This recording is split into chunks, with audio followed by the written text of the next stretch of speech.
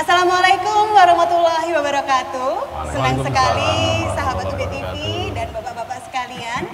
Pagi hari ini saya Amalia Permata Rizky dapat menyapa Anda dalam program Let's Talk untuk bincang santai bersama bakal calon rektor 2022 hingga 2027. Seperti penggalan lagu yang telah saya sampaikan di awal jumpa kita, sahabat UB TV, hari ini kita akan mengenal lebih dalam.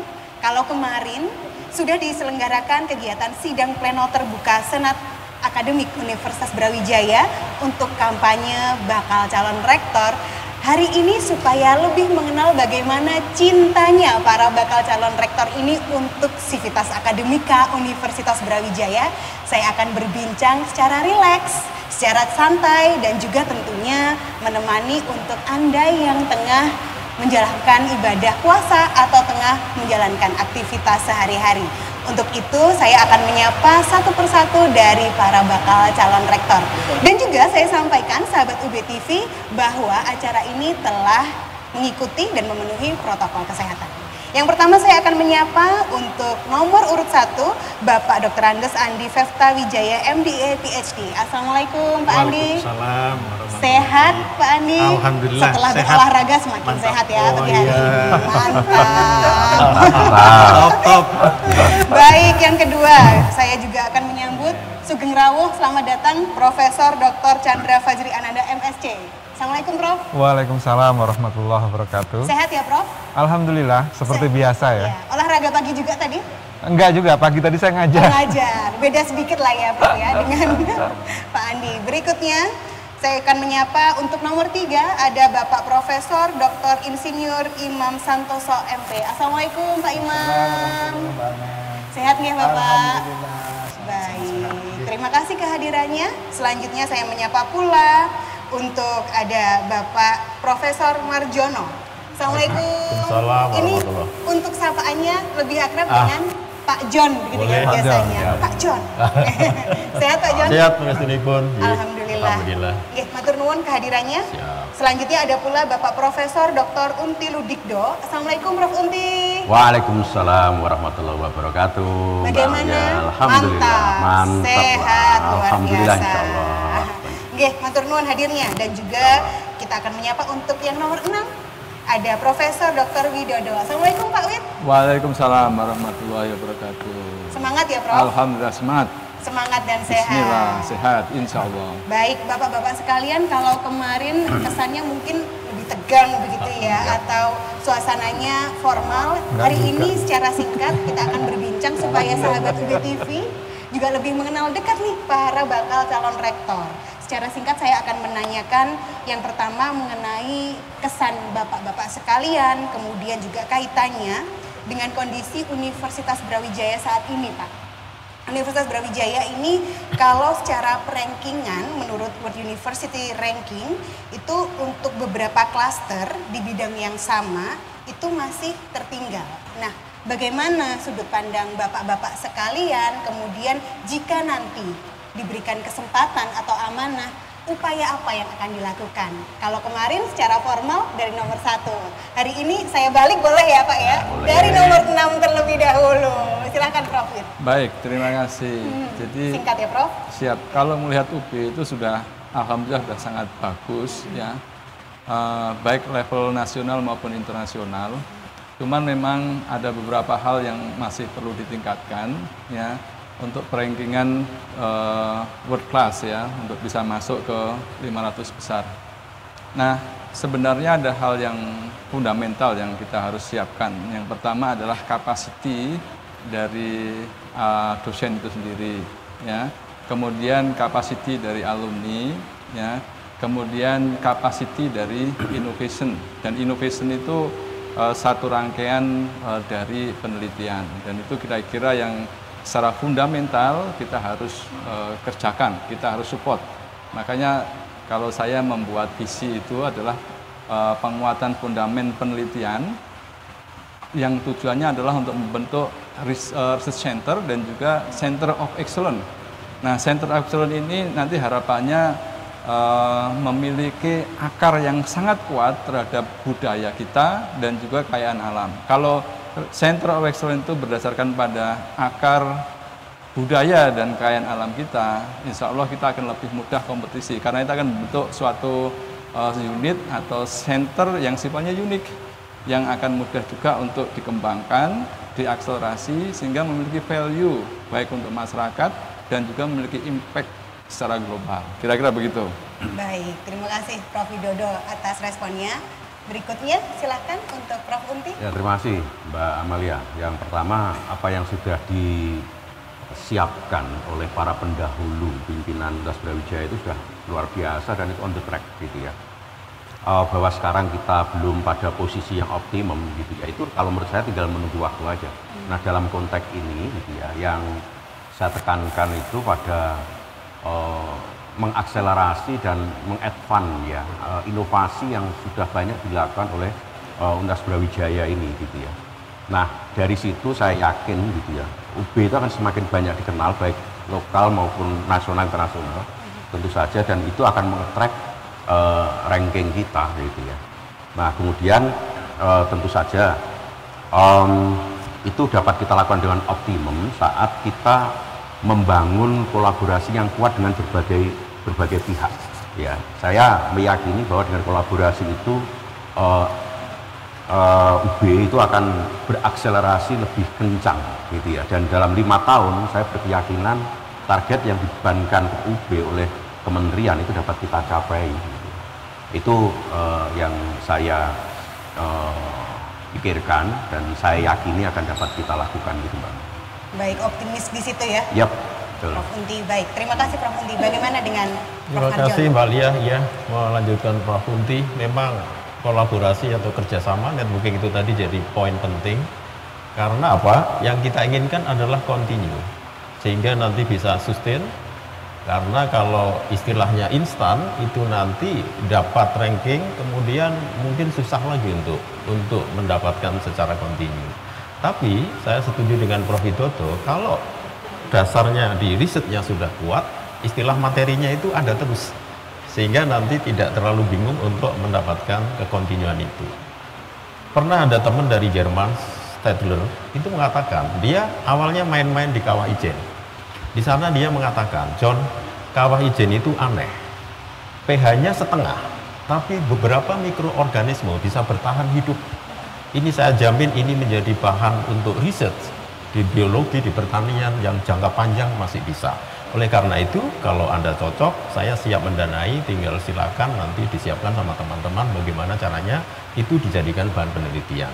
Nah, tadi ada pertanyaan, mengapa satu sisi sudah bagus 300 plus, yang lain masih 800? Nah, ini seperti tadi saya sampaikan, kalau katakanlah itu geografi, maka lokasi berbeda itu adalah penemuan barunya mungkin kan bisa cepat sekali. Tetapi matematika dari dulu 1 tambah 2 adalah 3. Jadi nanti barang barunya di mana agak pusing juga. Disitulah nanti yang beda antara kecepatannya itu bisa tetap bertahan di 800, sementara yang dikatakanlah agrokompleks kayaknya yang di pertanian sudah 300. Baik. Itu dulu Pak, terima kasih. Baik, terima kasih Pak Marjono, kemudian juga Pak Widodo dan juga Pak Unti. Baru 3 yang menjawab, apakah Anda sudah menemukan kira-kira mana yang paling tepat untuk menjadi pilihan Anda atau siapa yang akan menjadi penerus rektor Universitas Brawijaya? Let's Talk akan kembali sesaat lagi.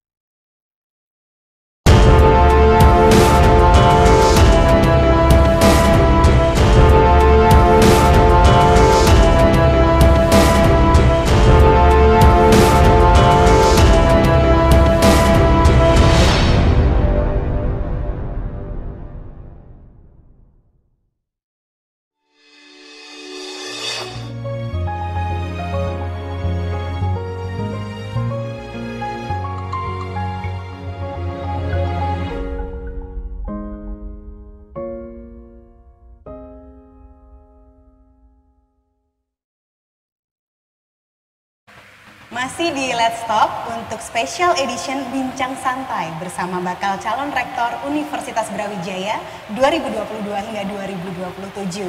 Tadi kami sedang memperbincangkan tentang bagaimana pendapat beliau mengenai pemeringkatan dari Universitas Brawijaya dan upaya apa yang kiranya dilakukan jika para bakal calon rektor ini mendapatkan amanah.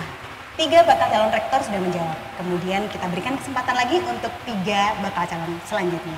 Selanjutnya untuk Prof. Imam, silahkan. Terima kasih Mbak Amil. Jadi teman-teman sekalian, bahwa akademik reputasi itu dibangun dari beberapa aspek. Saat ini sudah sangat bagus dengan capaian-capaian yang sudah ada, namun pada beberapa aspek perlu diakselerasi.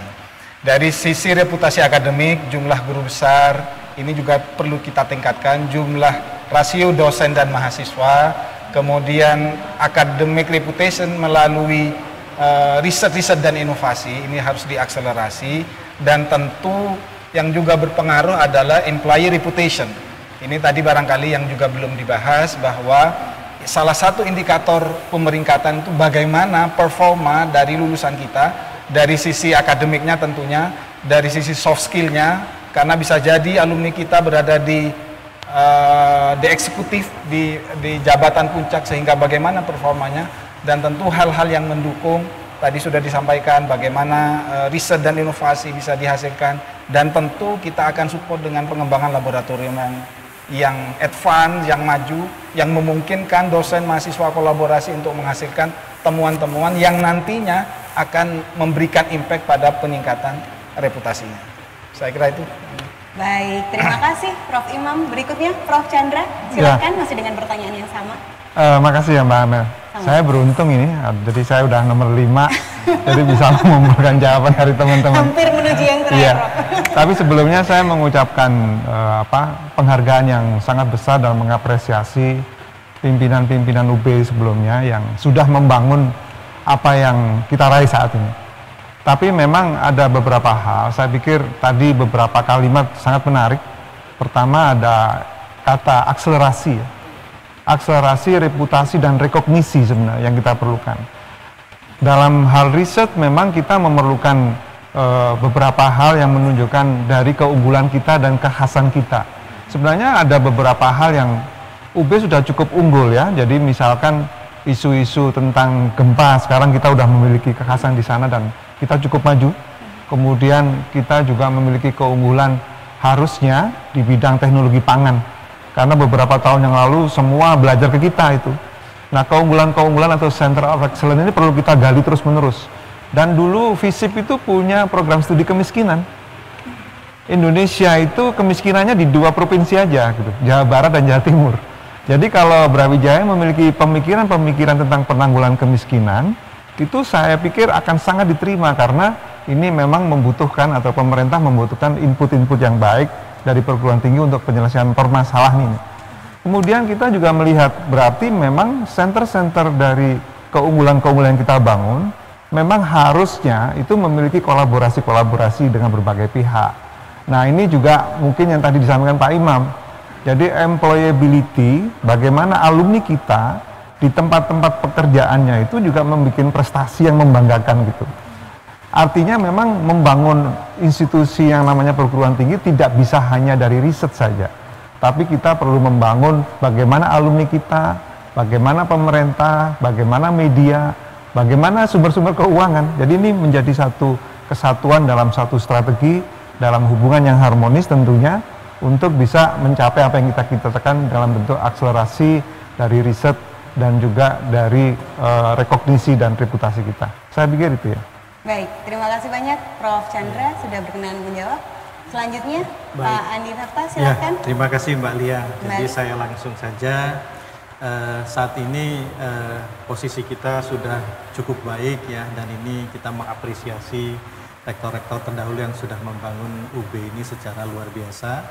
Dan saya lihat ya, untuk kedepannya ada beberapa langkah-langkah lompatan yang harus kita lakukan untuk itu.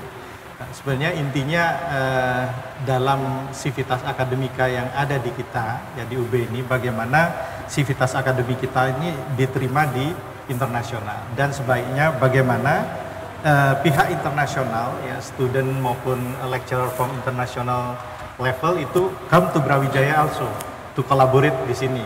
Kan intinya di situ. Nah, sehingga kita harus mematchingkan ini.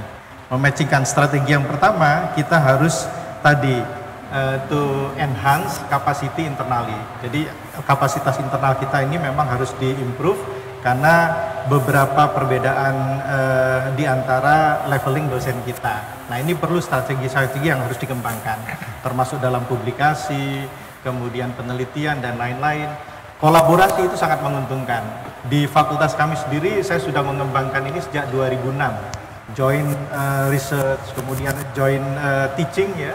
Kita ada kelas double degree dan kita menjadi pelopor yang pertama di universitas ini untuk melakukan itu dengan Jepang ya, termasuk salah satu 100 ranking dunia. Itu harus kita lakukan, collaborative government.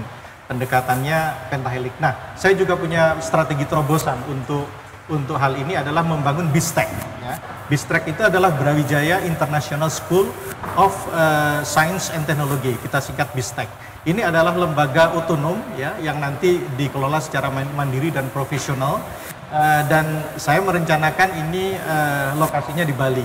Kenapa Bali? Itu brandingnya lebih mudah untuk mahasiswa asing.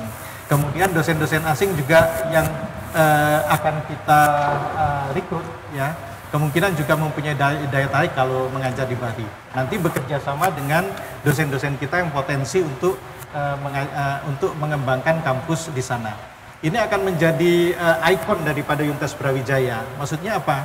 Ikon Brawijaya ini akan berkembang dengan pesat karena kita harapkan targeting majority daripada mahasiswa kita adalah overseas. Baik. Jadi itu ya, itu yang kita utamakan dan dosen-dosennya juga 50-50 ya antara dosen luar negeri maupun dari dalam gitu loh. Ini yang menjadi target kedepannya sehingga ini terobosan yang saya tawarkan ketika menjadi rektor nanti. Terima kasih. Baik, terima kasih Bapak Andi sudah menjawab. Untuk pertanyaan pertama telah dijawab oleh para bakal calon rektor. Pertanyaan berikutnya, Bapak-bapak masih ada korelasinya dengan pertanyaan sebelumnya mengenai keberadaan Universitas Brawijaya, mengenai pemeringkatan Universitas Brawijaya. Ini tentu tidak lepas dari akreditasi, kemudian jumlah guru besar. Nah, ini mungkin juga bisa disampaikan oleh bapak-bapak sekalian berkaitan dengan pengalaman barangkali yang sudah berhasil meraih gelar guru besar begitu. Bagaimana upaya yang nantinya akan panjenengan sekalian lakukan untuk meningkatkan atau mensukseskan adanya guru besar baru di Universitas Brawijaya. Apa saja program kerja yang akan dilakukan? Karena seperti informasi kemarin pada saat sidang pleno untuk jumlah guru besar sendiri masih kurang dari 10% gitu ya Pak di Universitas Brawijaya. Kami menunggu jawaban dari bapak-bapak sekalian, namun kita harus jeda sesaat. Sahabat UB TV, Let's Talk akan kembali sesaat lagi.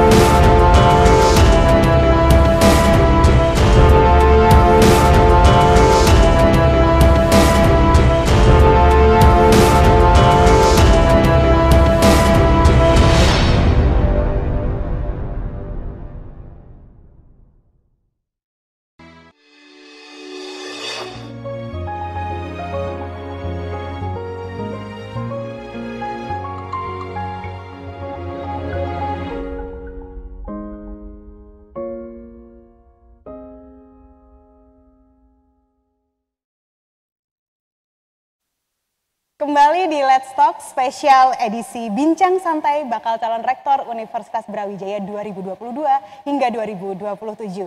Tadi sembari jeda di sini suasananya luar biasa sahabat BTV pemirsa yang mengikuti. Semuanya menyanyi, guyup, rukun, saling menyuarakan suaranya yang luar biasa. Lain kali kita menyanyi bersama-sama ya Prof ya? Siap. Baik, masih ingat pertanyaan saya Bapak-bapak sekalian? Perlu diulang? Tidak. Tidak ya, aman ya pertanyaan sebelumnya? Aman. Yang kedua. Yang kedua? Oh, Oke, belum. baik. untuk sesi kali ini seperti tadi komitmen kami bersama, bincang ini santai, sahabat UB TV. Untuk itu saya mohon berkenan untuk merespon pertanyaan yang tadi nyanyinya paling kenceng nih, Prof. John. Terima kasih. Silakan, Prof. Ya, saya mulai mengutarakan pendapat saya, mudah-mudahan bisa cocok. Jadi memang guru besar kita di bawah 10%, harusnya lebih dari itu. Dan yang sudah dilakukan adalah program percepatan guru besar.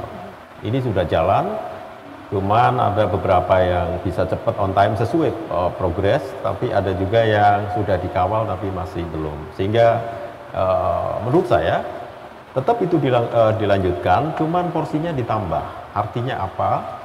Bahwa katakanlah seorang guru besar bisa mengawal berapa gitu, 5, 10 silakan untuk mendampingi itu. Dan pendampingannya juga bisa dari berbagai macam aspek.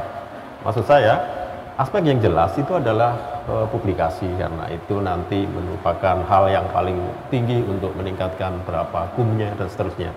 Kuncinya di publikasi. Sehingga bagaimana cara memilih publikasi yang nilainya itu tinggi, baru nanti dipilih yang lain. Di samping itu sudah pada tentu masih berhubungan seperti disampaikan Mbak Lia tadi, berhubungan dengan pertanyaan sebelumnya, masih kaitannya dengan riset, karena di publikasi itu tidak akan lepas dari riset. Sehingga saya ulang lagi bahwa tetap diadakan program percepatan guru besar, kemudian risetnya juga tetap diperhatikan, dan satu lagi itu adalah komunikasi, dalam artian termasuk secara administrasi dengan Jakarta. Karena apa? Terus terang, bagaimana agar informasi misalnya ada kekurangan, ada yang harus diperbaiki, itu perlu cepat segera direspon. Nah, ini akan berhasil kalau komunikasi dengan Jakarta itu lebih cepat. Kita juga nyadari bahwa di sana pun juga ada cara bagaimana memfilter dari calon-calon guru besar tersebut. Katakanlah di sana ada tim 1-10, maksudnya bahwa yang di atas ini kemudian punya 10 kaki, nanti 10 ditugasi, indikator dari kerja 10 orang tadi, kadang-kadang ada yang dicari-cari. Gimana caranya bisa memfilter? Kalau ada pengajuan kira-kira 50, itu kira-kira bisa yang tidak diloloskan berapa. Jadi katakanlah memang acuannya adalah pedoman, tetapi yang paling gampang, paling cepat adalah di mana nanti akan tetap harus diperbaiki. Itu yang pertama. Yang kedua, ada cara lagi untuk menguji kesabaran dari calon guru besar, bahwa sebenarnya sudah diketahui kira-kira ini yang harus dibetulkan, diperbaiki. Tetapi ada caranya, permintaan perbaikan itu step demi step. Ini sambil menguji kesabaran dari calon tersebut. Sehingga mungkin ada yang gemes gitu ya, kenapa nggak diminta sekarang kemarin itu, tetapi ada yang seperti itu. Itu sih yang mungkin bisa saya sampaikan. Baik. Terima kasih Mbak Lia. Baik, terima kasih Pak John. Ya, berikutnya saya ke Pak Imam nih. Ya, Gimana? siap, Prof. Amel. Imam, silakan. Jadi berkaitan dengan isu SDM ini, saya kira isu jumlah guru besar yang kurang dari 10% ini adalah salah satu isu strategik di bidang pengembangan SDM. Sebagai perguruan tinggi yang memiliki progresivitas sangat tinggi, menurut hemat saya, kita bisa lihat struktur dari atau komposisi usia jenjang pendidikan dari dosen kita. Kalau kita lihat sebagai perguruan tinggi yang dengan progresivitas tinggi, maka komposisi dosen dengan gelar doktor yang masih kurang dari 50% di satu sisi, yang kedua dari faktor usia juga sebagian besar masih kurang dari 40 tahun, maka menurut hemat saya strategi percepatan guru besar tidak saja fokus pada titik bagaimana mereka yang dilektor kepala ke guru besar, tapi harus secara holistik mempertimbangkan percepatan jenjang karir dari semua level dosen. Sehingga dosen yang bahkan masih bergelar lektor gitu, sangat memungkinkan diakselerasi menjadi guru besar. Inilah salah satu cara memangkas waktu tunggu jumlah guru besar kita yang memang walaupun pimpinan Pak Rektor dengan jajarannya telah melakukan berbagai strategi, namun memang perlu juga dipertimbangkan bagaimana mengakselerasi dosen-dosen muda ini, satu segera S3, kemudian yang sudah S3 yang saat ini lektor difasilitasi seoptimal mungkin risetnya melalui berbagai hibah kompetitif, sehingga karena ada beberapa di kami ini saat ini juga 2 orang setidaknya yang akan lompat dari lektor ke guru besar di usia yang kurang lebih masih 40. Jadi ini artinya kalau kita bisa mengakselerasi dosen-dosen muda itu dengan berbagai fasilitas yang memadai, sambil terus mereka yang di usia sudah di atas 40-50 yang memungkinkan diakselerasi juga, ini kita fasilitasi. Jadi memang tidak hanya melihat pada satu sisi, tapi pada aspek yang lain, dosen muda, pendidikan, fasilitas laboratorium, dan berbagai hibah pendukungnya. Terima kasih, Mbak Amir. Baik, terima kasih Prof. Imam. Selanjutnya Prof. Chandra. Oh, ke saya? Iya dong. Kaget kan ya kalau di sini ya. Dia acak sama Amalia. Saya tadi mikirnya Prof. Hunti. Ternyata kan Kalau mau didelegasikan ke saya juga nggak apa. Atau sud ya. kita hampir Oke, silakan. ya makasih Mbak Amel. Jadi ini saya pikir bagian dari menyeluruh ya pengelolaan SDM. Yang kemarin kita pikirkan adalah bagaimana mewujudkan good university governance. Salah satunya adalah pengelolaan SDM yang berbasis digital ya. Termasuk mapping misalkan gini. Jadi seperti yang disampaikan Prof. Imam tadi, berapa sih atau kenapa sih orang-orang ini kok lambat gitu ya jalannya? Bisa jadi publikasinya yang kurang. Nah, pertanyaan berikutnya mungkin yang perlu kita bangun, kenapa orang malas mempublikasikan? Karena risetnya yang kurang. Makanya yang tadi disampaikan oleh teman-teman juga di awal pertanyaan yang pertama ya, bagaimana kita membuat suatu lingkungan di mana riset itu menjadi satu center gitu. Artinya begini, dulu kita menginginkan university sebagai teaching university. Seharusnya kan kita udah mulai bertahap berikutnya ke research university. Nah, artinya insentif, kemudian penghargaan terhadap kinerja riset itu perlu kita fasilitasi, mulai dari penyediaan laboratorium yang modern kata Pak Iman tadi, dan saya sangat setuju itu. Kemudian yang perlu dipikirkan adalah multidisiplin approach. Banyak permasalahan-permasalahan pembangunan bangsa ini itu tidak bisa diselesaikan oleh satu disiplin ilmu kan. Jadi kita perlu membuat sebanyak-banyaknya center of excellence di masing-masing fakultas maupun di level universitas.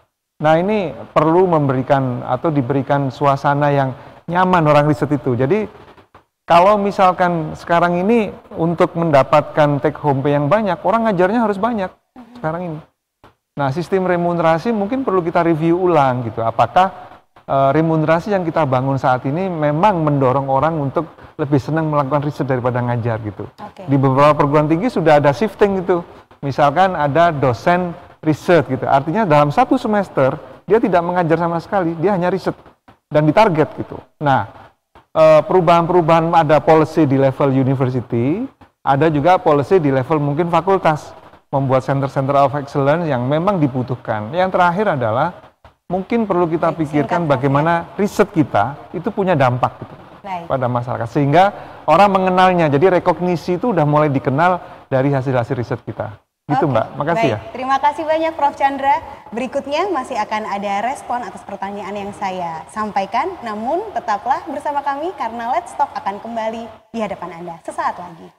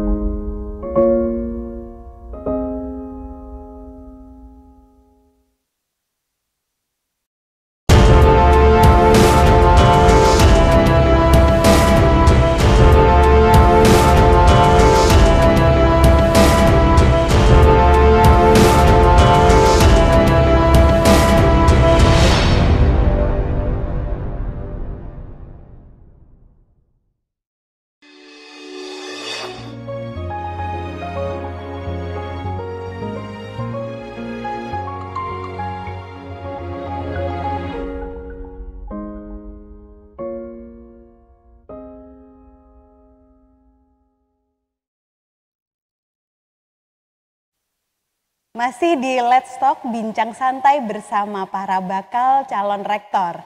Untuk selanjutnya kita akan mengetahui bagaimana tanggapan dari bakal calon rektor. Dan kali ini saya akan mewujudkan harapan Prof. Chandra. yaitu mendapatkan respon dari Prof. Unti untuk pertanyaan yang sama. Silakan Prof. Unti. Ini kalau teman main bal-balan itu gitu, Mbak. Gitu ya, tekniknya. Lempar bola gitu. Ya, yang disampaikan oleh para bakal calon yang terdahulu itu suatu hal yang luar biasa, dan saya melanjutkan apa yang disampaikan tadi. Yang pertama itu kita perlu tanamkan sejak awal kepada semua dosen kita, mulai dari dosen baru itu, bahwa ketika mereka itu masuk menjadi dosen UB itu harus berujung ya menjadi guru besar. Citanya ke sana. Ya. Karena dampaknya ke pribadi, keluarga, dan juga institusi gitu. Itu harus kita tanamkan. Jadi ini menjadi satu karakter gitu ya, satu karakter. Nah, kemudian yang kedua yang juga perlu kita lakukan itu sepakat dengan Prof. Chandra tadi gitu ya, itu terkait dengan keseluruhan pengelolaan SDM kita. Jangan-jangan kemandekan menjadi guru besar saat ini itu karena lambatnya di awal. Jadi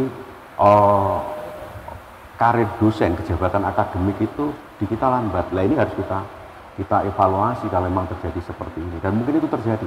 Pengalaman saya ketika di FISIP dan juga di vokasi gitu ya, itu berapa lama teman-teman itu di tenaga pengajar untuk ke asisten ahli aja begitu lamanya gitu ya. Nah, ini tidak boleh terjadi. Nah, peta karir dosen harus kita buat sedemikian rupa yang memungkinkan dalam waktu yang tidak sangat panjang sampai usia senja katakanlah seperti itu baru menjadi guru besar. Ini yang kedua. Nah, kemudian yang ketiga juga memberi kesempatan dalam perspektif saya kepada teman-teman yang sudah mendekati untuk dapat menjadi guru besar itu waktu jeda dari aktivitas-aktivitas rutin sebagai dosen yang mengajar barangkali itu kita gantikan dengan fokus pada penyiapan guru besarnya. Katakanlah mau publikasi gitu ya. Itu 1 semester. Kalau memungkinkan bahkan gitu ya, itu sabbatical leave gitu ya. Silahkan kalau mau ke luar negeri, tapi selesai itu publikasi harus jelas sudah sampai di mana. Misalnya seperti itu. Itu saya sangat terpikirkan untuk dapat melakukan itu. Kemudian terkait dengan teknis pengajuan ke guru besarnya yang terkait dengan proses sampai Jakarta, ini kita juga harus identifikasi betul nih. Saya perhatikan teman-teman saat ini kok banyak ya yang balik itu 1-2 kali gitu. Ini saya yakin dapat kita identifikasi apa sih soalnya gitu ya. Dan ini kita tidak ulang lagi gitu ya. Hingga sejak awal teman-teman sudah siap gitu ya ketika memasukkan persyaratan guru besarnya itu. Jadi itu beberapa hal yang saya pikir gitu ya penting untuk kita lakukan untuk mengakselerasi jumlah guru besar kita. Dan itu tentu saja rentetannya itu percepatan untuk lektor kepala, percepatan ke lektornya, Mbak Ama. Jadi ini sistemik. Nah, itu yang saya insya Allah gitu ya, itu saya lakukan. Baik, terima kasih Prof. Unti. Selanjutnya saya ke Pak Andi dong. Yang ini mungkin ada testimoninya juga karena sedang berikhtiar ke arah sana. Silahkan Baik, Pak Andi. terima kasih. Jadi ada 5 hal yang saya tawarkan ya, pathway out to overcome this problem. The first one is about the team ya. We have to establish a winning team for this one. It doesn't mean that the current team is not working well. Mereka sudah bekerja sangat luar biasa dengan hasil yang sangat bagus saat ini. Tapi berdasarkan perkembangan saat ini, kita harus desentralisasi tim task force ini. Tidak hanya percepatannya saja, tetapi juga afirmasinya, gitu ya, pengawalannya. Nah, ini yang paling penting. Dan sebenarnya juga bukan hanya level guru besar. Kita harus juga harus juga perhatikan yang mulai dari asisten ahli.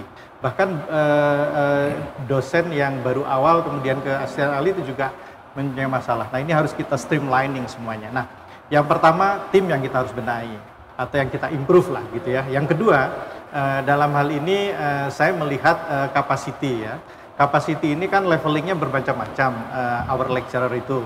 Nah, ini yang kita harus mapping ya, mana yang misalkan sudah kita lepas go alone gitu ya, tapi ada juga yang harus memang we provide pendampingan untuk beberapa dosen yang memang perlu di backup untuk hal itu. Nah ini yang harus kita siapkan ya, bagaimana hal ini bisa kita lakukan supaya nanti benar-benar capacity ini improve ya, baik secara kita lihat jenis daripada kemampuan daripada masing-masing dosen untuk kita backup itu. Tapi yang ketiga, dalam hal ini jelas dana ya. Kami di fakulti sendiri sudah ada dana yang kami berikan khusus untuk dosen-dosen yang kita prediksi 5 tahun ke depan itu bakal pensiun, itu kita beri dana khusus tanpa kompetisi untuk melakukan riset, dibantu oleh 2 dosen yang punya kapasiti yang untuk nanti publikasinya adalah Q1 dan Q2 gitu loh. Ini yang kita targetkan, ada keberpihakan dana ya untuk publikasi maupun untuk untuk penerbitan ya. Nah, yang ketiga adalah manajemen kepegawaian. Ini juga yang keempat, sorry ya. Yang keempat ini manajemen kepegawaian. Ini juga harus dibenahi ya. Services untuk dosen kita harus tingkatkan. Karena apa? Seringkali dosen untuk naik kepangkatan itu harus mencari data-datanya sendiri. Cari covernya skripsi, cari ini tanda tangan ini. Akhirnya mereka kehilangan waktu yang cukup banyak. Bahkan kalau dokumennya tidak ada, kadang-kadang tidak tersimpan dengan rapi di file kepegawaian kita. Nah ini kita harus benahi ya, bagaimana bahwa kepegawaian itu memang benar-benar to serve the need of our lecturer ya, to improve their career. Kemudian juga IT. IT ini sangat penting ya, oleh karena itu ke depan kita membangun sistem informasi data kinerja.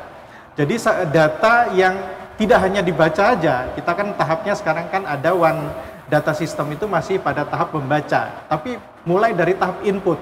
Input itu data sudah kita treatment gitu lah.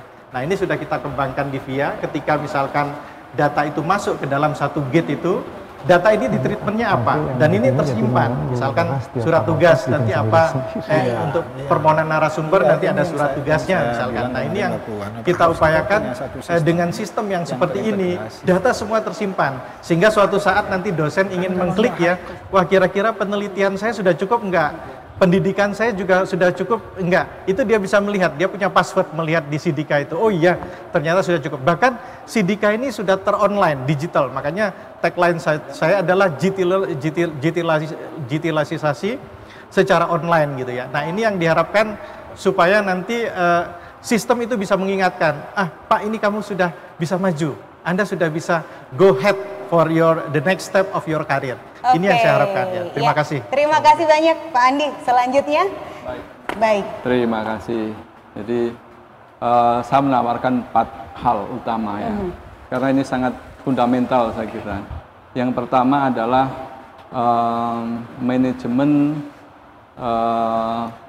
penelitian atau research management ya. Karena gini, untuk jadi guru besar itu sebenarnya kan ada 2 hal penting. Yang pertama adalah harus ada karya monumental. Ya ini karya monumental ini tidak bisa dikerjakan secara solo.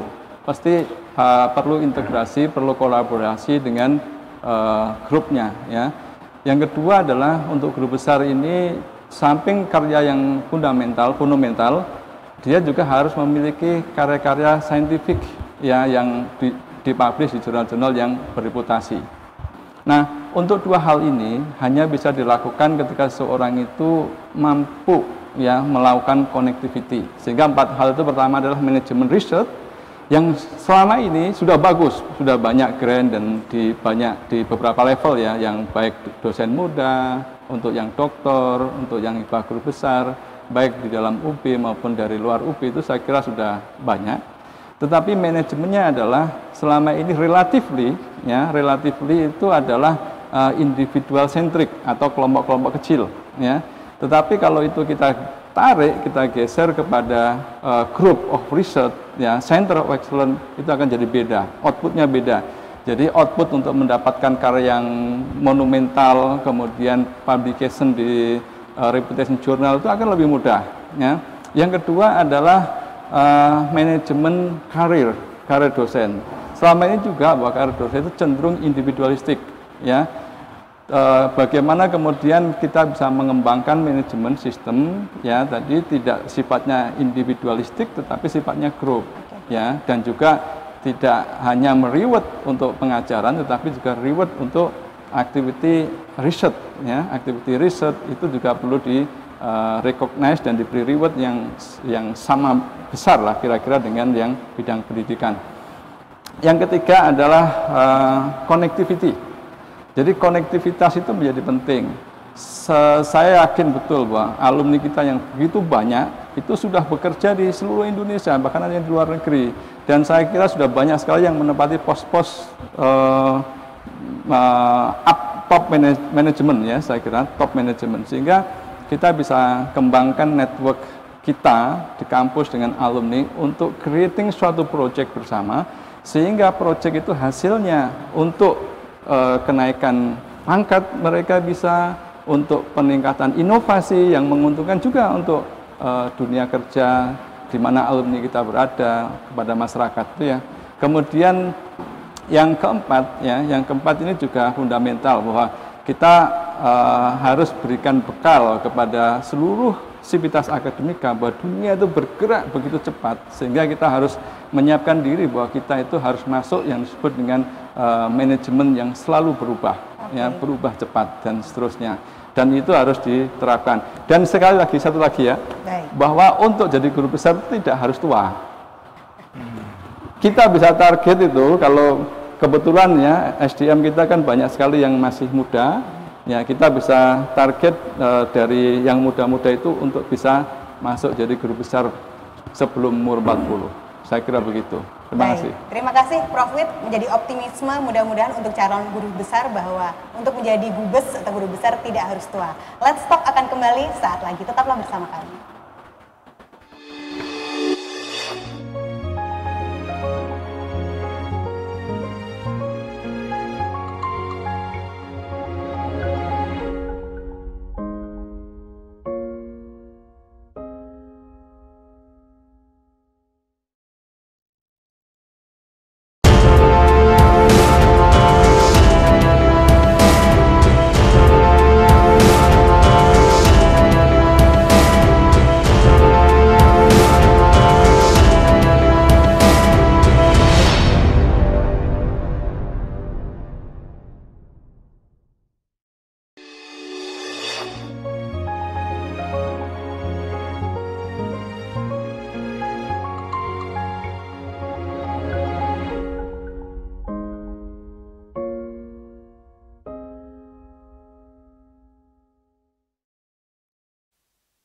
Terima kasih untuk Anda yang masih bergabung bersama kami di Let's Talk Bincang Santai. Kali ini special edition bersama para bakal calon rektor Universitas Brawijaya 2022 hingga 2027. Perbincangan semakin seru dan di segmen ini saya akan mengajak seluruh pemirsa untuk mengetahui lebih dekat bagaimana perspektif beliau-beliau ini, utamanya berkaitan dengan posisi atau keberadaan Universitas Brawijaya yang saat ini sudah menjadi perguruan tinggi negeri berbadan hukum. Bapak-bapak sekalian, ada beberapa poin penting yang ingin saya tanyakan. Tepatnya ada 2 poin, Bapak-bapak. Yang pertama tentang apa kira-kira nantinya kalau panjenengan sekalian, Bapak-bapak diberikan amanah untuk menjadi rektor dalam melakukan optimasi keberadaan Universitas Brawijaya sebagai perguruan tinggi negeri berbadan hukum yang memberikan kebermanfaatan untuk warga. Yang kedua, ada hal yang sangat penting yang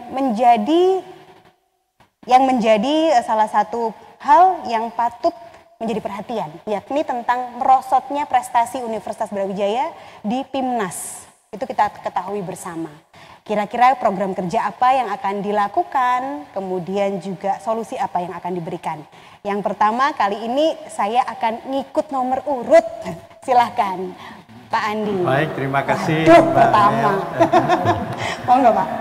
Jadi untuk PTNBH ini memang kita lihat ya, kalau dari sisi keilmuan kami ini adalah pendekatan New Public Management.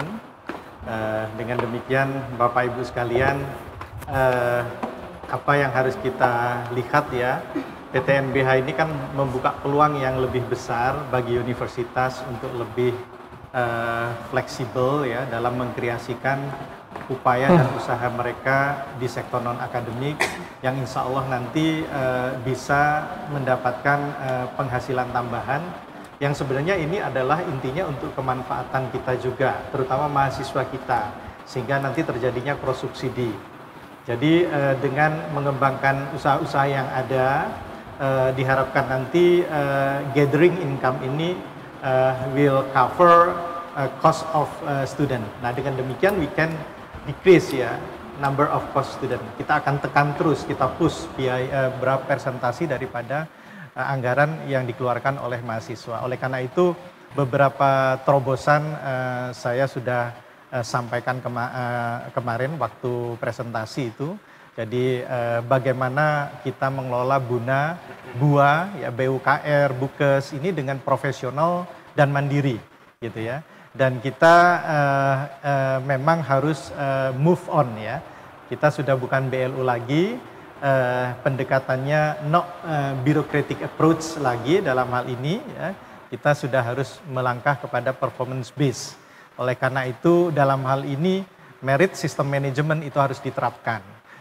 Kita harus menempatkan orang-orang yang memang capable untuk itu, yang mempunyai jiwa bisnis, yang mempunyai jiwa visi yang bagus gitu ya, yang untuk mengembangkan beberapa unit di luar non-akademik ini. Tapi semuanya itu sebenarnya adalah untuk membackup aspek akademik kita. Dan jangan lupa juga ya, bahwa apa yang dilakukan PTNBH ini akan kita lihat dampaknya kepada masyarakat. Apakah dengan PTNBH ini Brawijaya semakin memberikan manfaat kepada masyarakat kita secara luas? Itu juga ditunggu.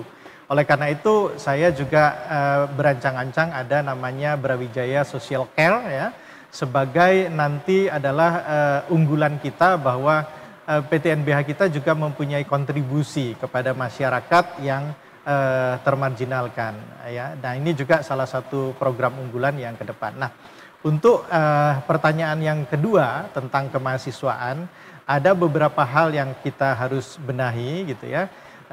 Di dalam hal ini Bapak Ibu sekalian, kita memang harus meng-create ruang inovasi dan creativity yang lebih luas lagi, kesempatan dibuka selebar-lebarnya agar mahasiswa kita itu bisa menuangkan ide dan pikirannya dengan lebih terbuka. Baik. Dan bagaimana melink antara kegiatan mahasiswa dengan education-nya dia, ini juga yang menjadi penting, sehingga ketika dia melakukan kegiatan non-akademik gitu ya, itu terlink dengan kegiatan akademik dia. Terima kasih. Terima kasih Pak Andi. Selanjutnya Prof. Chandra. Urut sekarang ya. Urut sekarang. Ini sekarang tertib. Tertib. Nanti nakal-nakal dikit lagi. Silakan singkat aja Prof. Ya, jadi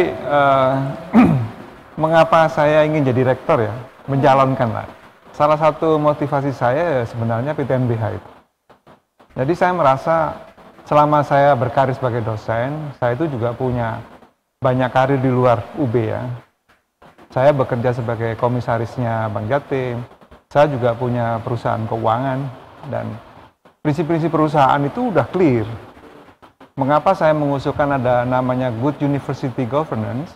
Itu salah satunya adalah bagaimana kita membangun Universitas Brawijaya dengan prinsip-prinsip korporasi gitu. Memang punya fungsi sosial, tetapi kemandirian di bidang keuangan itu menjadi wajib bagi suatu PTNBH. Sehingga persyaratannya kan kalau nggak salah PTNBH itu harus mampu dari tuition fee SPP itu 30%, sisanya dari kegiatan riset, kerjasama maupun unit usaha yang kita bangun. Nah, mengarah ke sana bagaimana caranya gitu. Maka kita perlu menganalisis revenue streaming kita. Apa di dalam organisasi kita yang mungkin bisa menghasilkan profit untuk UB gitu. Contohnya kita sudah punya badan unit usaha baik akademik maupun non-akademik. Saat saya mendengar dulu ya, kita punya alatnya salah satu Prof. Aul yang kemudian memiliki hambatan untuk masuk ke sektor pasarnya gitu, industrinya gitu.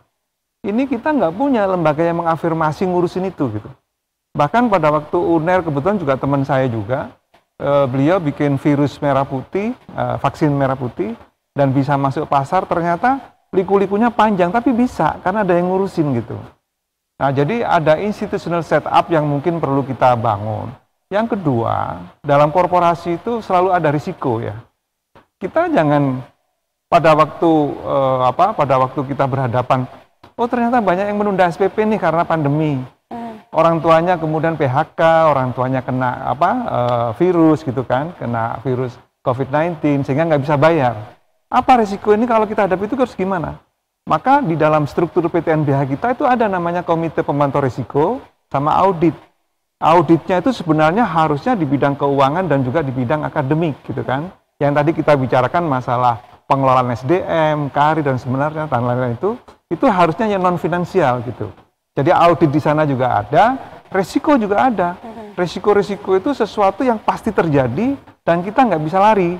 Yang bisa kita lakukan memanage-nya. Jadi risiko komite risiko itu harus ada dalam perusahaan itu udah biasa, sehingga mungkin kita perlu mencari sistem rekrutmen untuk pengelolaan buna atau buah yang lebih baik, yang memang kita kalau ada apa-apa PTNBH ini kita tanggung sendiri. Baik. Jadi kalau spending kita udah terlalu gede, kemudian nggak bisa ini ya kita tanggung sendiri. Baik. Nah ini mungkin pertama itu dulu ya. Ada banyak yang lain. Yang kedua, cara singkat ya Prof ya. Ya, yang untuk LKTI. Nih. Silakan. Ya. Kemudian yang LKTI tadi ya.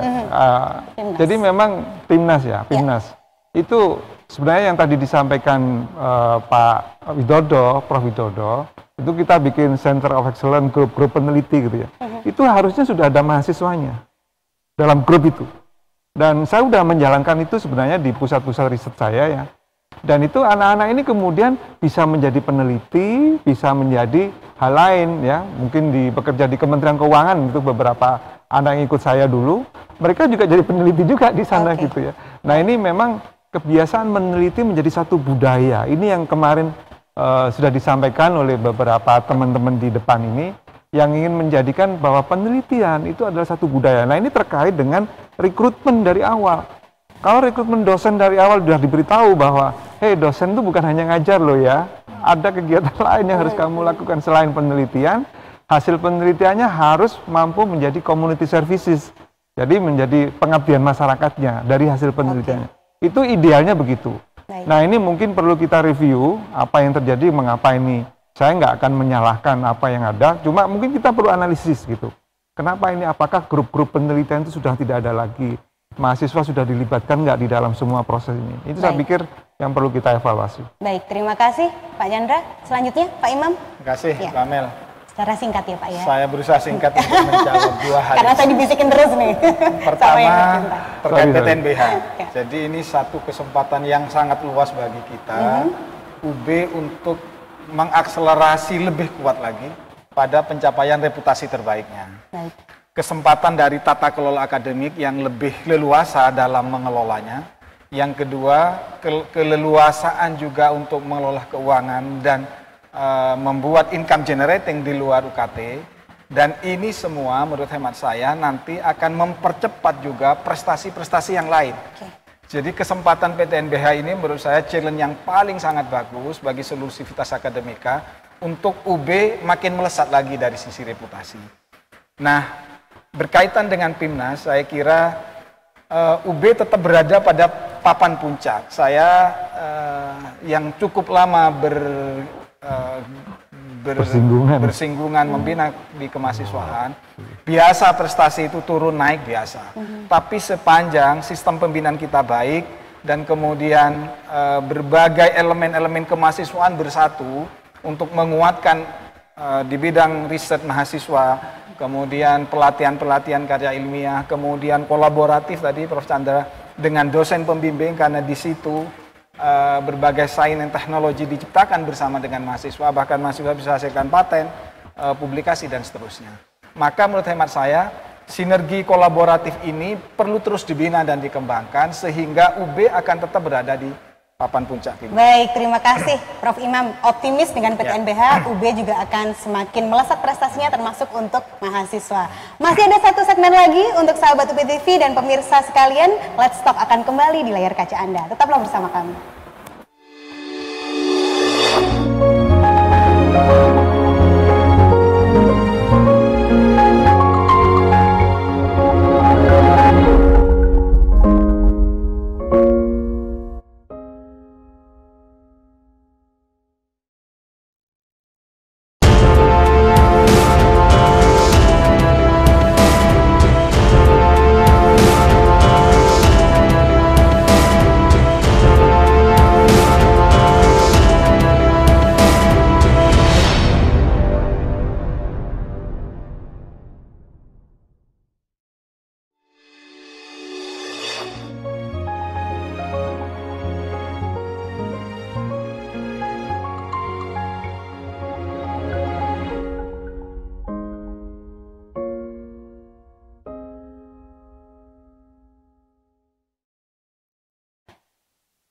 Kembali dalam Let's Talk, bincang santai bersama para bakal calon rektor.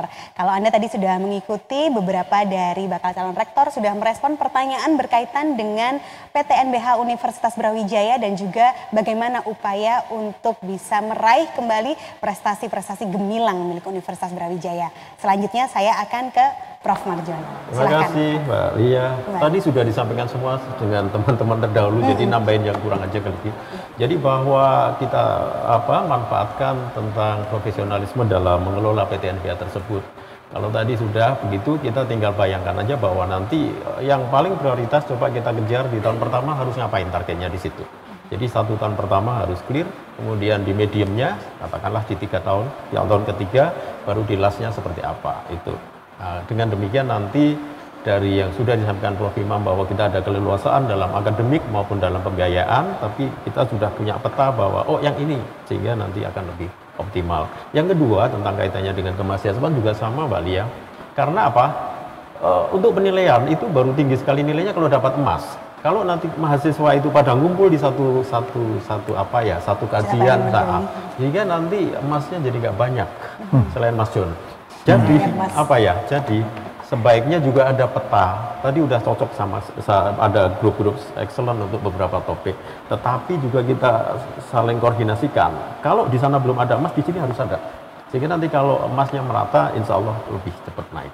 Terima kasih. Baik, terima kasih Prof. Marjono. Berikutnya Prof. Unti. Ya, terima kasih Mbak Ama. Kita harus mensyukuri ikhtiar dari para pimpinan sebelumnya untuk sampai ke PTNBH. Karena ini akan memicu UB itu berlari lebih cepat begitu ya, karena keleluasan yang dimiliki. Dan tentu saja yang harus menjadi titik tolak adalah kemanfaatan ya. Jadi kemanfaatan UB sebagai suatu perguruan tinggi negeri, perguruan tinggi publik yang harus diwujudkan kepada masyarakat dan bangsa ini. Kemudian dalam konteks PTNBH, selain apa yang disampaikan oleh para bakal calon tadi gitu yang semuanya sangat baik gitu ya, kita harus akomodasi semuanya itu adalah sustainabilitas ya. Universitas itu harus kita pikirkan juga sustainabilitas, karena itu gagasan untuk ya menguatkan unit-unit usaha gitu ya, dengan menguatkannya sebagai institusi bisnis ya, yang memang unit usaha bisnis ya, itu harus kita kelola secara profesional dan orientasinya ya orientasi bisnis, bahwa ada misi yang lain gitu ya, tetapi itu dalam konteks bagaimana bisnis berjalan dan kemudian menguntungkan, dan keuntungannya gitu ya itu kembali kepada Universitas Brawijaya, itu untuk yang unit bisnis dan menjadi penopang, sehingga kita tidak mengkhawatirkan bahwa PTNBH mesti kemudian gitu ya itu berimplikasi pada mahalnya biaya pendidikan yang harus ditanggung oleh mahasiswa. Nah, kemudian tentu saja gitu ya, yang sifatnya bukan bisnis gitu ya, tetapi yang mempunyai prospek untuk memberikan kemanfaatan lebih gitu ya, itu juga harus kita dorong. Seperti misalnya Badan Usaha Kesehatan ya, itu harus betul-betul kita dorong gitu ya, sebagai lembaga usaha mandiri gitu ya, dalam karakter pengelolaan kesehatan, sehingga memberikan kemanfaatan lebih gitu ya kepada masyarakat dan tentu saja kepada Universitas Brawijaya. Nah, yang lain dalam konteks sustainabilitas ini adalah dana abadi Mbak Ama ya gitu ya. Alumni sudah menggagas itu dan sudah berjalan gitu ya. Kebetulan Prof. Chandra saya gitu ya itu terlibat di dalam pembentukan dan pendiriannya. Kami sama-sama sebagai dewan pendirinya ya. Nah, kemudian dalam konteks UB sendiri itu juga harus memiliki dana abadi ini ya. Berapa jumlahnya itu harus terakumulasi terus dari waktu ke waktu untuk gitu ya kemanfaatan baik jangka pendek maupun khususnya jangka menengah dan panjang keberlangsungan Universitas Brawijaya ini. Dari mana sumbernya gitu ya? Dari macam-macam ya, dari macam-macam. Dari sumber UKT ada yang kita siapkan ke sana, kemudian dari hasil usaha itu juga ada yang siapkan ke sana, kemudian dari donasi dari pihak ketiga itu juga bisa kita masukkan ke sana. Nah, kemudian dalam kerangka itu sekali lagi gitu ya, kita harus membangun secara kuat sinergi dengan berbagai pihak, kolaborasi. Kita mempunyai ikatan, mempunyai alumni-alumni yang hebat-hebat ya, yang bagus-bagus ya. bagaimana kita dapat merangkul para alumni ini untuk sinergis menguatkan Brawijaya. IKUB harus menjadi katalisator untuk itu, ya, dan kita dorong gitu ya agar lebih kuat lagi gitu ya, dan memberikan ruang kontribusi pada alumni kita secara lebih kuat, sehingga dengan begitu UB semakin cepat perkembangannya. Nah, terkait dengan prestasi mahasiswa, ya, iklim prestasi itu harus tertanam sejak awal pada mahasiswa Universitas Brawijaya, siapapun mereka. Ketika masuk Universitas Brawijaya, mereka harus berpikir, saya bisa memberikan kontribusi apa ya pada Universitas Brawijaya itu, berdasarkan potensi saya. Ini harus kita bangun, dan kita yakinkan sejak awal bahwa mereka itu memiliki potensi.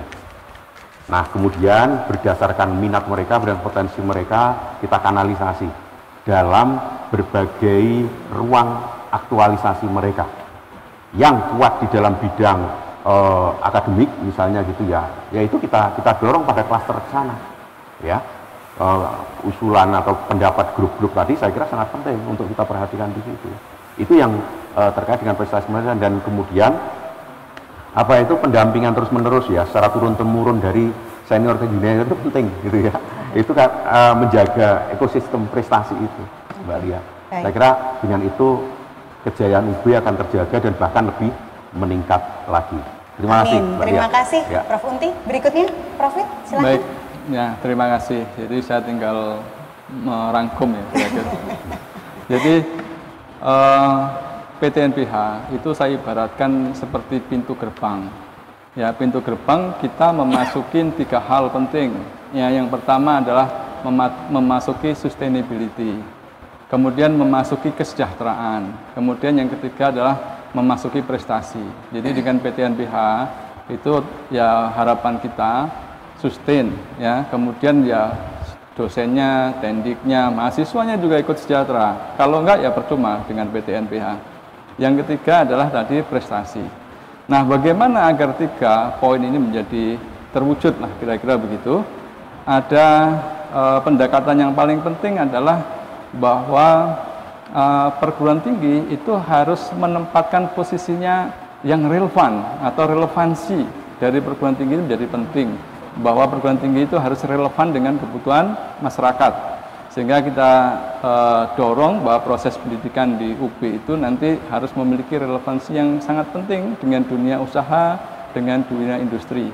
Sehingga kita bisa menggeser itu pendidikan-pendidikan yang konvensional dari ruang kelas ya menjadi pendidikan-pendidikan yang ada di teaching laboratory, ya, kemudian teaching factory, ya, teaching farm, teaching hospital, sehingga mahasiswa itu akan involve langsung pada masyarakat, memahami kebutuhan masyarakat, sehingga mahasiswa otomatis memiliki kapasiti yang diperlukan dan memahami keperluan yang ada di masyarakat, sehingga kita itu tekankan bahwa alumni kita ya itu paling tidak harus memiliki karakter yang tangguh ya, dengan pendidikan tadi ya itu karakter-karakter yang sifatnya soft skill juga akan muncul, karakter akademik juga muncul, karakter untuk memahami kondisi-kondisi kebutuhan masyarakat baik dalam dan luar negeri yang global juga muncul, sehingga karakter yang kita unggulkan ya untuk alumni kita itu bahwa mahasiswa itu atau alumni itu harus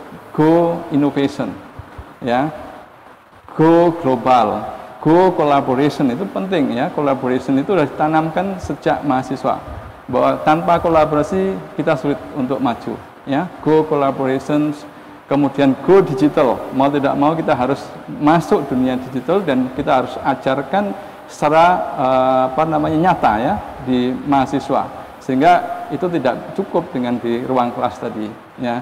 Kemudian go inisiatif ya, saya kira itu yang esensial, termasuk juga tadi kalau kita melakukan itu otomatis prestasi-prestasi akan ikut ya, inovasi-inovasi juga akan ikut ya, itu akan menjadi sebuah konsekuensi yang ikutan yang kita tidak perlu desain secara khusus ya, kira-kira begitu. Terima kasih Prof. Widodo. Berikutnya ini adalah pertanyaan terakhir untuk para bakal calon rektor. Ada quotes bahwa if you want to save the world, come home and love your family. Nah, yang ingin saya ketahui dari para bakal calon rektor, bagaimana peranan atau dukungan keluarga bapak-bapak sekalian dalam mengikuti kontestasi ini. Kemudian izinkan untuk seluruh pemirsa mendapatkan closing statement mengenai kegiatan yang sedang panjenengan sekalian ikuti. Begitu bapak-bapak, kami mohon berkenan secara singkat dari Pak Andi. Silahkan, Baik, singkat Pak terima Andi. kasih Ya. Bapak Ibu sekalian. Alhamdulillah istri saya, anak-anak saya semua mendukung dalam pencalonan ini, mendoakan termasuk seluruh keluarga istri dan juga keluarga saya, bahkan juga teman-teman. Ini juga teman saya, sahabat Ketua IJMI, Prof. Aris Saptria sedang di Mekah, juga mendoakan untuk hal ini. Alhamdulillah dukungan support dari teman-teman menguatkan hati kita bersama untuk kedepannya UB mendapatkan pimpinan yang terbaik. Mohon doa restunya. Amin. Terima kasih Pak Andi. Berikutnya Prof. Chandra. Makasih Mbak Amel.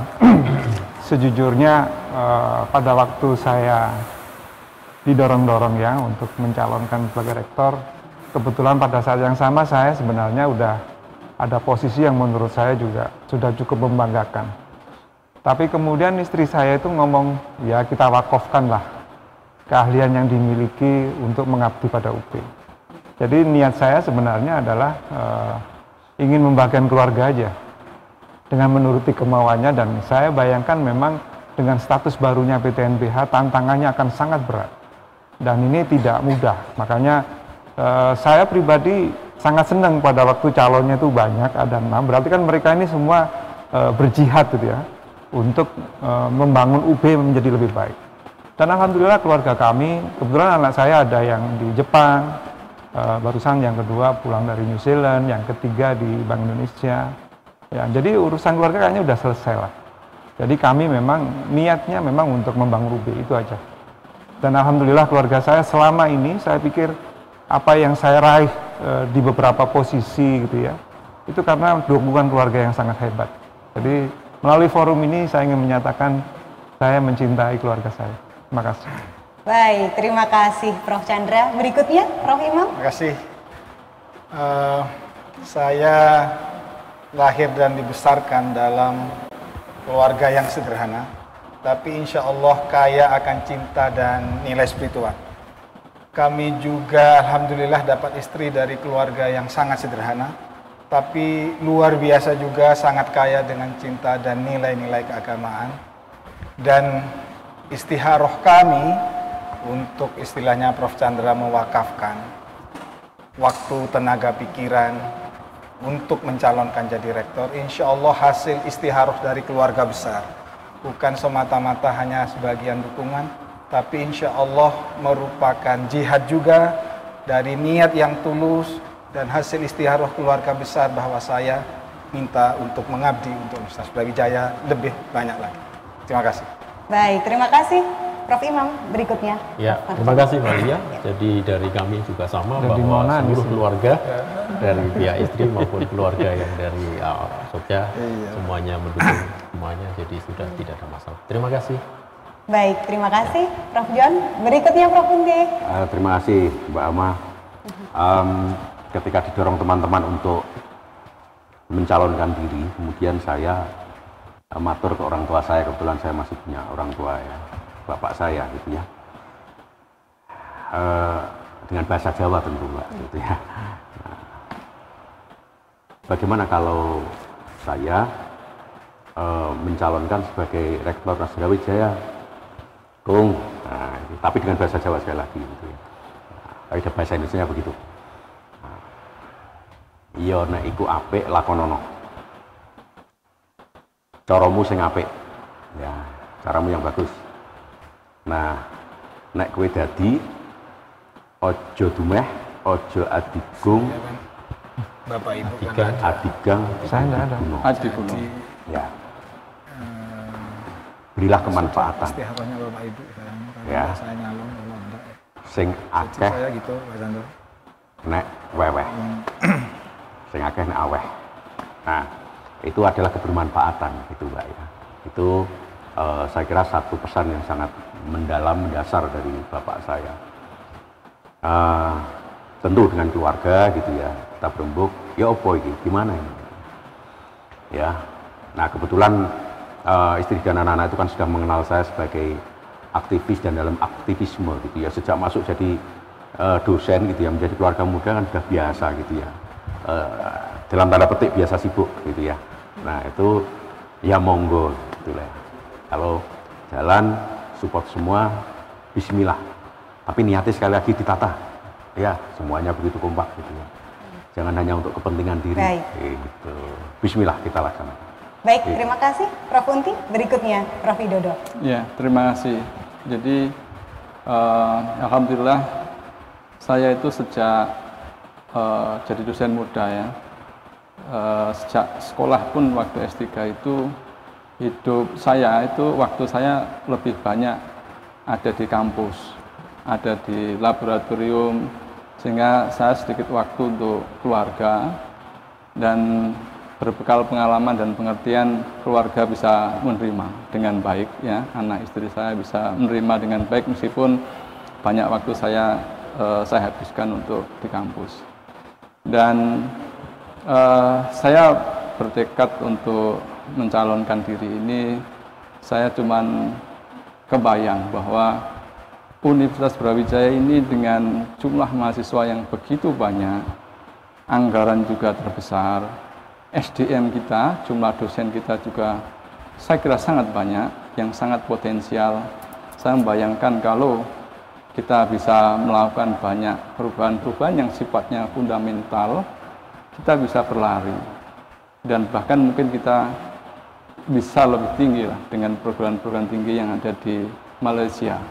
Ya, itu bayangan kita, dan tentunya itu perlu pengorbanan ya, perjuangan dan juga dedikasi yang luar biasa, sehingga kita berharap bahwa UB itu bisa berkoalisi satu dengan yang lain dari seluruh elemen dan stakeholder, baik di dalam kampus, di luar kampus, sehingga keberadaan UB itu bisa memberikan kebermanfaatan atau relevan tadi dengan kebutuhan masyarakat. Baik. Terima kasih. Baik, terima kasih banyak Prof. Widodo. Terima kasih juga semuanya para bakal calon rektor. Sehat selalu Bapak-bapak sekalian. Insya Allah mendapatkan hasil yang terbaik dari ikhtiar yang terbaik. Amin. Izinkan saya, kita sebelum ke penutup acara untuk menyampaikan sedikit pantun. Boleh ya Pak ya? Boleh. Baik. Ahem. Cakep. Belum Prof. Semua gembira meraih rahmat di bulan Ramadan. Bersukaria, saling mendoa dan berlomba meraih pahala. Luar biasa.